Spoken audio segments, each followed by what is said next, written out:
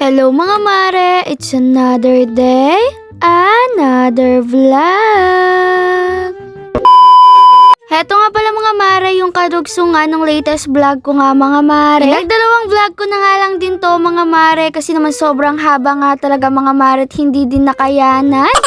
Ang tagal nga pala kasi mga mare bago nga tumigas yung creme densadong nilagay ko sa may freezer mga mare, almost 4 hours nga din yun. Kaya yun, pinagdalawang vlog ko na nga lang din mga mare kasi sobrang tagal ko na maghihintay mga mare. Hapon na nga lang din datay mga mare and ayan, hindi pa siya gaanong matigas mga mare pero kinuha ko na nga para naman maganyan ko na nga lang din. Buti na nga lang din talaga mga mare at meron nga akong sariling hand mixer. Matagal ko na nga lang din tong binili mga mare nung time pa na gustong gusto ko talaga mag-bake. Tsaka mas madali talaga to mga mare kaysa ngayong sa mano-mano. Sobrang tagal nga nun mga mare at talagang na-try ko nga nun. Umabot yata ako na 1 oras mga mare sa pagmimix. Nung medyo nag-double-double na nga lang din yung size mga mare, ayan nilagay ko na nga lang din tong dinurog-durog ni Muteyang Oreo. Dalawang creme densada nga pala yan mga mare, tapos yung dinurog-durog ay 3 nga yan mga mare para naman masarap talaga. Hindi na nga rin pala ako naglagay ng condensed yan mga mare kasi yung creme densada pa lang talaga ay matamis na kasi halok na nga lang din yung mga mare na condensed yan, diba? Pagkatapos ko ang i-mix uli yan mga mare, abay nilagay ko na nga uli yan sa may freezer para mag-double nga uli yung size mga mare at later ko nga uli yan imimix. At makalipas ka ng ilang oras mga mare, ayan at kinuha ko na naman nga siya para mga hand mixer ko nga uli mga mare. Ganito nga ginagawa ko lagi mga mare tuwing gusto ko talagang gumawa ng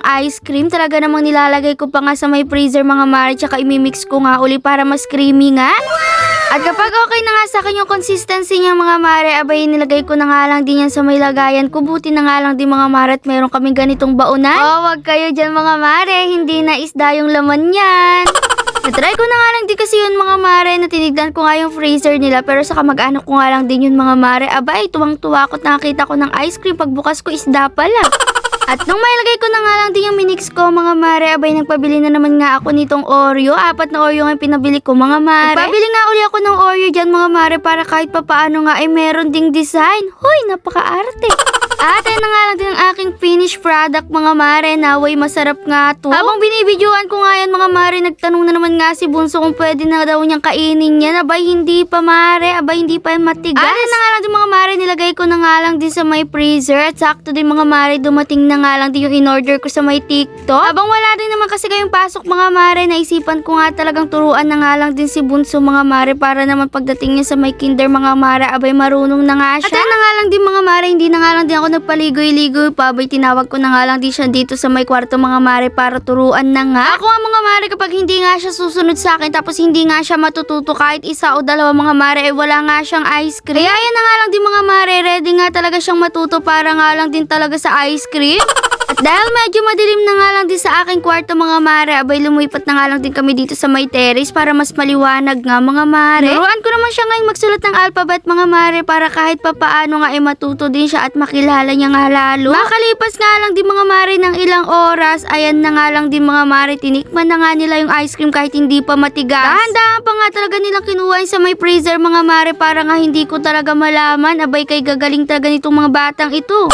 At dahil nainggit na rin talaga ako mga mare at talagang gustong gusto ko na nga lang din siyang tikman, abay ayan, kinuha ko na nga na naman din yung isa mga mare. Hindi pa nga lang din gaanong matigas yan mga mare pero ready to eat rin naman talaga mga mare kaya okay na. Okay na nga talaga yung isa mga mare dahil wala na talagang matitira. Talaga itong mga batang to mga mare, abay hindi talaga ako titirahan. In fairness mga mare, masarap nga rin talaga tong ice cream na to, lalo't cookies and cream nga din siya mga mare at favorite ko nga. Enjoy na nga ang mga batang kumain mga mare kaya wala na nga talagang natira. Huwag na kayo mag-hesitate na gumawa nito mga mare, nasa 160 plus na nga lang dito mga mare at 3 na yung magagawa mo. Yun lang, thank you for watching!